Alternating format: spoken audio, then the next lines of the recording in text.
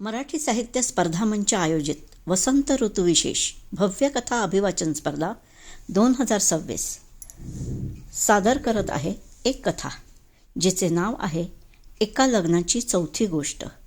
याच्या लेखिका आहेत मानसी बोरकर आणि अभिवाचक मानसी बोरकर यांचे. अनघाने शेवटी हातात फोन घेतलाच.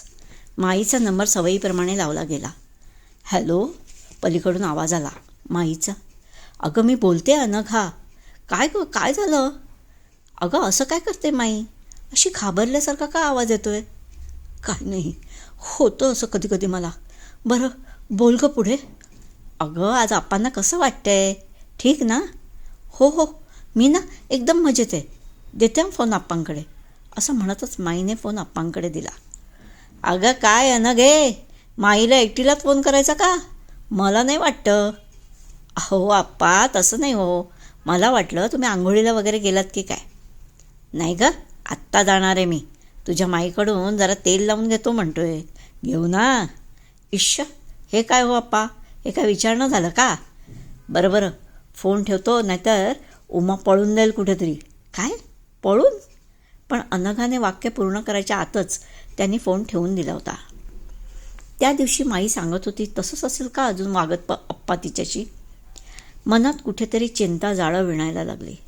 त्या रविवारी ती, नवरा, मुले सकाळीच माईंनी आणि आप्पांनी त्यांना, अमोकदादा आणि ताईच्या फॅमिलीला जेवायला बोलावले होते म्हणून गेले होते. माईच्या हातचं मासळीचं खाणं म्हणजे मोठी पर्वणीच असायची. हात धुतल्यावर हातचा मासळीचा आमटीचा वासही जात नाही अशी आमटी झाली होती. दुपारच्या झाकपाकीनंतर सर्व पुरुष एका खोलीत झोपले. ती, माई, ताई आणि वहिनी एका खोलीत आल्या झोपायला. पण अगदी 15च मिनिटे झाली असतील नसतील. वहिनी आणि ताई त्यांच्या घरी गेल्या. शेवटी अनघाच राहिली. आणि माईने खाली चटई अंथरली आणि अनघाला म्हणाले, अगं अनु, ये ना माझ्याजवळ जरा झोप अशी. माईच्या कुशीत शिरायला तिला खूप आवडायचे. माईच्या अंगचा पिअर्सचा वास, तिच्या मऊ धुसधुशीत पोटाचा गार स्पर्श, तसेच जरासे दमट झालेले ते पातळ, सर्व कसे हवेसे वाटायचे. अगदी ती 4-5 वर्षाची असताना सुद्धा आपल्या बांगडीत माईच्या पातळाचे टोक हळूच बांधून ती झोपून जायची. तसेच तिने आत्ताही केले. अनु, माईने तिचा निद्राभंग केला. बघ ना, मला तुला काहीतरी सांगायचं आहे. काय? आत झोप बघू. अगं आत्ताच वेळ आहे मला, प्लीज ऐकून घे ना माझं. बरं सांग बाई सांग. ती उठून बसली. माई पण बसलीच होती. अगं आप्पा नीट वागत नाहीत माझ्याकडे. म्हणजे? मला खूप त्रास देतात. तू सुद्धा छान भांडतेस की त्यांच्याकडे. रोज 2-3दा मी ऐकलंय. नाही गं नाही, ते भांडण वेगळं असतं. पण हे म्हणजे? माईच्या डोळ्यात आप्पांबद्दलचा राग स्पष्टपणे अनघाला दिसत होता. हे म्हातारपण म्हणजे दुसरं बालपणच नाही तर काय. अगं ते, हां बोल. अनघा उठून बसली. तिने माईच्या दोन्ही खांद्यांवर हात ठेवला. बोल आता माई, किती आडेवेडे घेणार आहेस? आणि अचानक माई अनघाच्या कुशीत चिरून रडू लागली. काहीतरी निश्चितच भयानक घडलं होतं. नाहीतर कुठच्याही परिस्थितीत हसरी असणारी माई एवढी बिथरावी? अगं झालं काय? बोल बघू. माईच्या लिंबा एवढ्या आंबाड्यावरून हळूवार हात फिरवत अनघाने म्हटले. माई बोलत होती घडाघडा आणि अनघाचा चेहरा क्षणाला आक्रसत होता. किती भयान होतं सर्व, कुणालाही न सांगण्यासारखं. तिला आठवलं 5-6 महिन्यांपूर्वी ती एकदा त्यांच्याकडे राहायला गेली होती. आप्पा माईंच्या 2च खोल्या, 3री बाल्कनी क्लोज करून घेतल्याने एक रूमच झाली आहे. अनघा नेहमी बाल्कनीत झोपायची तिथे. माई आप्पा मधल्या खोलीत आणि त्यांच्या रूममधूनच टॉयलेटला जावे लागायचे. तिला मध्येच रात्री पाण्याची तहान लागली म्हणून तिथे जाताना माईच्या बेडजवळ आप्पांचा बेड होता, तो रिकामा दिसला. माईच्या पांघरुणाखालून माईंच्या बांगड्यांची किणकिण आणि हळूहळू पण रागाने मारलेल्या गप्पांचे शब्द अनघाच्या कानावर पडले. ती तशीच तिथून परत आपल्या बेडवर जाऊन झोपली. तिच्या हृदयाची धडधड उगीच वाढत असल्याचा तिला भास झाला. दुसऱ्या दिवशी तिने रंगात येऊन शशीला म्हणजे तिच्या नवऱ्यालाही हे सांगितले. बघ या वयातही किती एन्जॉय करतात दोघं. का? तुम्ही पण करा की एन्जॉय. हो केलं असतं, पण मला भयानक डायबिटीस आणि तू पण देवदेव करतेस 40व्या वर्षीच. तो विषय तिथेच थांबला.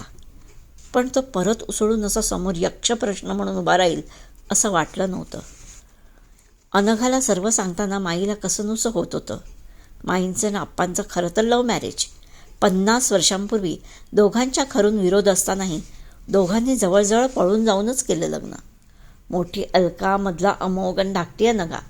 छान 3 मुलं झाली. त्यांचीही लग्न झाली. अलकाला 2 मुलं, अमोगला मुलगी आणि अनघाला मुलगा. फॅमिली वाढत होती. खरं तर अलका झाली आणि माईंच्या सासरमाहेरच्यांनी त्यांना जवळ घेतले. खरं तर आप्पांचा हुद्दा वाढला आणि सर्वांचे त्यांच्या घरी येणं जाणं सुरू झालं. त्या 2 खोल्यांमध्ये आप्पांचे 2 भाऊ, त्यांच्या बायका आणि मुलंही इथेच झाली आणि मग वेगळी झाली. प्रत्येकाने स्वतःचे चांगले 4-4 खोल्यांचे फ्लॅट्स घेतले. पण माई आणि आप्पा मात्र त्या 2 खोल्यातच राहिले.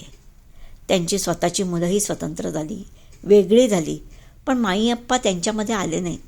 उलट जेव्हा जेव्हा त्यांना मुलं हाक मारायचे ना, त्यावेळी ते दोघे तिथे देवाप्रमाणे धावून जात. तीच दोघं अचानक बिथरली होती. माईंनी सांगितलेलं ऐकून अनघा सैरभैर झाली. तिच्या कल्पनेला जरूर सुरुंगच लागला होता. आत्ता ह्या क्षणी आप्पा तिला व्हिलन वाटत होते आणि माई तिचीच सावली, जणू तिचीच मुलगी.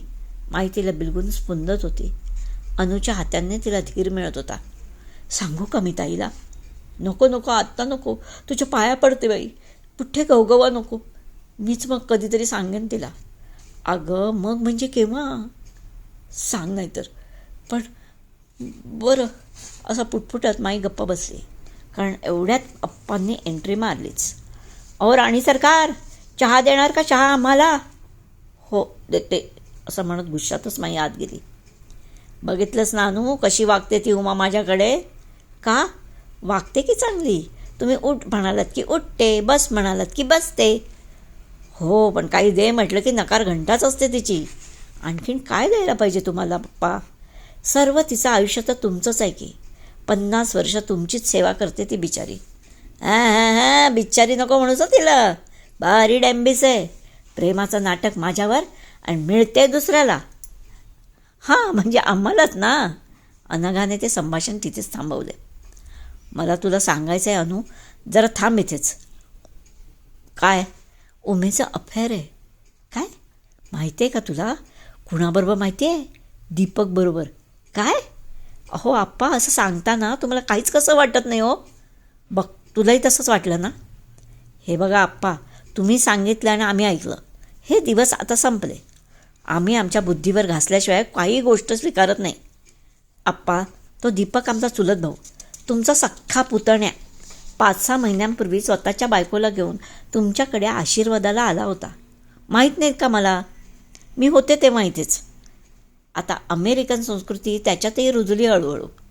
तिथे असलेल्या पद्धतीप्रमाणे त्यांनी सर्वांनाच मिठ्या मारल्या. मला पण. फक्त तुम्हाला, तुमच्या उमालाच नाही काही. आणि त्या लुसी, त्याची बायको, त्याने तुम्हाला मिठी मारलीच होती की तिने. त्याचं भांडवल करायला सांगू का माईला? अहो तो अमोघ एवढा आहे. आपल्याकडेच पहिली 5-6 वर्ष होता. तो आईसारखाच प्रेम करतो तिला आणि तिचाही मुलासारखाच जीव आहे त्याच्यावर. हे काय तुमचे घाणेरडे विचार? माझ्याकडे बोललात ते बोललात, पण दुसऱ्या कुणाकडे बोललात तर शेण घालतील लोकांना तोंडात तुमच्या. तुझं ना काहीतरीच असतं बाबा, ऐकतच नाही. मी तिला समजून घेतो म्हणून काहीतरी, असं पुटपुटत ते तडक दुसऱ्या खोलीत गेले. रात्री अनघाने ताईला आणि अमोघला फोनवरून सर्व प्रकार सांगितला. दोघेही हादरलेच. मला असं वाटतं ना, माईला माझ्याकडे आणावं आणि आप्पांना तिथेच थांबा म्हणावं. मग बघू त्यांना कोण जेवायला घालतं, कोण त्यांची एवढी केअर घेतं ते. अमोघने तर तोंडाचा पट्टा सुरूच केला. ताईंनी त्यांना मानसोपचार तज्ज्ञांना दाखवण्याचा सल्ला दिला. पण त्यांच्याकडे जाऊन राहण्यास कुणाचाच वेळ नव्हता. प्रत्येकजण स्वतःच्या आयुष्यात एवढे गर्क झाले होते की आप्पा माईंना जणून सर्वांनी गृहीतच धरले होते. असं का बरं व्हावं? आपण कुठे कमी पडतोय?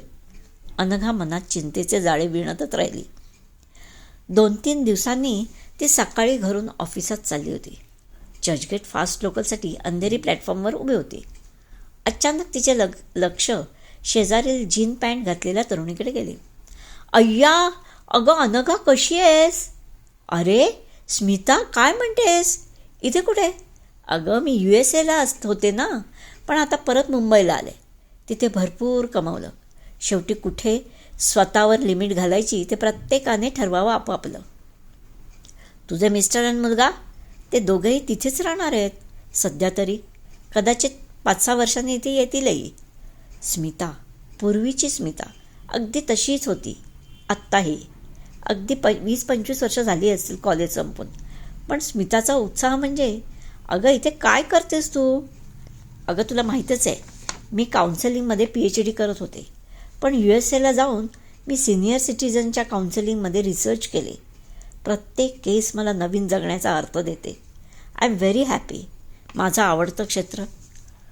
मला पाहिजे तसंच मिळालं मला. आता अनु, तुझं सांग ना, काय करतेस तू? मी अगं एका प्रायव्हेट कंपनीत अकाउंटंट आहे.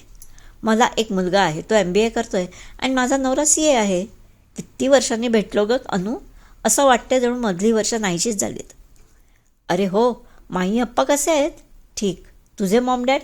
मस्त अगदी. अनुच्या डोक्यात बोलताना माई अप्पांचे विचार चालूच होते. सांगावं का स्मिताला? विचारावा का काही उपाय? शेवटी तिने विचारलेच. अगं स्मिता, मला जरा एक प्रॉब्लेम होता. अगं मी तुला माझा फोन नंबर देते. त्यावर मला फोन कर प्लीज, रात्री 7 नंतर. ही बघ माझी ट्रेन आली. अगं त्या ट्रेनमध्ये फटाफट आत शिरूनसुद्धा ती गेली. स्मिताने दिलेल्या कार्डाकडे अनु बघतच राहिली. एक वेळ असा होता, स्मिता अनुकडे सल्ले मागायची, पण आता अनुच स्मिताकडे प्रॉब्लेम डिस्कस करणार होती. बरोबर 8 वाजता अनघाने स्मिताला फोन केला. हॅलो, अरे अनु तू? मी तुझी 7 पासून वाट बघत होते. वाटलं होतं तू तर दुपारी तरी करशील फोन, मग संध्याकाळी, शेवटी आत्ता केलास 8 वाजता. काय म्हणतेस? अगं तू मला निक्षून 7 नंतर फोन करायला सांगितल्यावर माझी टाप होती का आधी फोन करायला तुझी? तुझं म्हणजे ना काहीतरीच असतं. दोस्ती में सब कुछ चलता यार. बरं सांग, काय प्रॉब्लेम आहे तुझा? तेव्हा अनघाने माई अप्पांचं सर्व अगदी A to Z सांगितलं तिला. अरे हा तर काहीच प्रॉब्लेम नाही. मी येते उद्या त्यांच्याकडे. तू पण ये हा संध्याकाळी 6 वाजता. जमेल ना तुला अनु? अनुला ओशाळल्यासारखे झाले. जणू माई अप्पा स्मिताचेच आईवडील आहेत असं ती वागत होती. माई अप्पांकडे बरोबर 6 वाजता स्मिता आली. अनु आधीच आली होती. ओ हो, किती वर्षांनी बघते तुम्हाला मी. माई अप्पा. माईने तर तिला मिठीच मारले. माई अप्पांबरोबर चहा पिता पिता स्मिता माईंना म्हणाली, तुम्ही दोघे अंधेरी वेस्टला एक ग्रेट सिनियर सिटीजन क्लब आहे, तिकडे का नाही जॉईन होत? माझ्या आईबाबा पण तिथे जातात. अहो खूपच मज्जा असते तिथे. तुम्ही तिथे 60तून 70त नाही तर 16मधून 17मध्ये जात असता. अगदी कॉलेज लाईफसारखं. शिवाय सर्वजण सारख्याच वयांची असल्याने वेळही मस्त जातो. पेक्षा सत्कारणी लागतो. खरंच? आप्पांनी विचारले. नको बाई, रोज जायचं म्हणजे? अहो नाही माई, आठवड्यातून फक्त शनिवारी जायचं आणि रविवारी त्यांच्या कधी ट्रिप्स वगैरे असतात. अरे वा, छानच की. आप्पांनी तिला लगेच फॉर्म भरूनसुद्धा दिला. माई आणि आप्पा पुढच्या शनिवारची वाट बघत होते. गेले 2 शनिवार मध्येच ते तिथे एवढे रमले की बस, जणू त्यांचं तारुण्य त्यांना परत मिळालं होतं. ते दोघं जणू विशीतले असल्यासारखे वाटत होते. एका महिन्याभरात एक दिवस अनघा माई अप्पांकडे गेली तर त्यांच्याकडे कोणीतरी 4 कपल्स आली होती. बराच वेळ त्यांचा कलकलाट चालू होता. जणू आत्ताच कॉलेजच्या कट्ट्यावर आलेत. अनघाला खूप बरं वाटलं. माई, अगं उद्या माझ्याकडे येशील ना? मला जरा लाडू करायचे तिळाचे. संक्रांत आली ना 2-3 दिवसावर. अगं मी तुला लिहून देते प्रमाण वगैरे, पण मी काही येत नाही. का गं? अगं उद्या आमचा शनिवार आहे, त्याचीच चर्चा करायला ती सर्वजणं आली होती इथे. माई, आता काही प्रॉब्लेम नाही ना आप्पांचा? प्रॉब्लेम? छे, अजिबात नाही गं.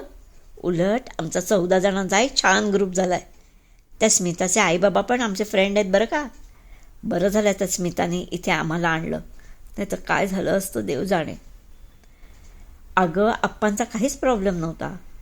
त्यांना फक्त खेळावंसं वाटत होतं माझ्याशी. म्हातारपण हे एक बालपण आहे हे मीच विसरले होते गं.